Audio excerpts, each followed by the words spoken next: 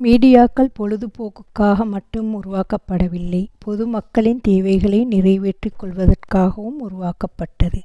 அதை சரியான முறையில் பயன்படுத்தினால் வாழ்க்கையில் வெற்றி நிச்சயம்.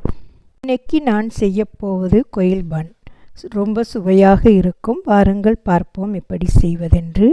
1 tablespoon yeast, 2 tablespoon sugar, இளஞ்சூட்டு நீர் கரைத்து மூடி வைக்கவும் 10 நிமிடங்கள். 2 கப் மாவு, 1 டீஸ்பூன் உப்பு மிக்ஸ் செய்து கொள்ளவும். 1/4 கப் எண்ணெய், 1 முட்டை மிக்ஸ் செய்து கொள்ளவும். ஈஸ்ட் கலவையை அதனுடன் சேர்த்து மிக்ஸ் செய்யவும். பின்னர் நீர் கொஞ்சம் கொஞ்சமாக ஊற்றி பிணைந்து கொள்ளவும். 10-15 நிமிடங்கள் நீட் செய்து கொள்ளவும். பின் எண்ணெயை போட்டு மாவை வைத்து அதன் மேலால் எண்ணெயை போட்டு மூடி 2-3 மணித்தியாலங்கள் வைக்கவும்.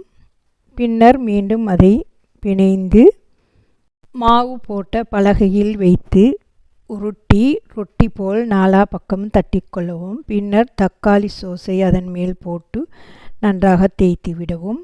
பின்னர் வெங்காயக்கீரை, கேரட் துருவினது, கோழி இறைச்சி, வெங்காயம் போட்டு நான் எண்ணெயில் போட்டு வதக்கினது அதையும் போட்டுவிட்டு நீர் மேலால் பூசிவிட்டு நன்றாக உருட்டி கொள்ளவும் இந்த மாதிரி. பின்னர் துண்டுகளாக வெட்டி எடுத்துக்கொள்ளவும். மூடி 20 நிமிடங்கள் வைக்கவும். பின் முட்டையை நன்றாக கலக்கி அதன் மேல் பூசிக்கொள்ளவும். ஓவனில் 180 பாகை டிகிரியில் வைத்து 30 நிமிடங்கள் பேக் செய்து எடுத்துக்கொள்ளவும். பாருங்கள், சூப்பராக வந்திருக்கிறது கொயில் பன். பிரேக்ஃபாஸ்ட், டின்னர் என்று செய்து சாப்பிடலாம். ரொம்ப சுவையாக இருக்கும். தேங்க்யூ.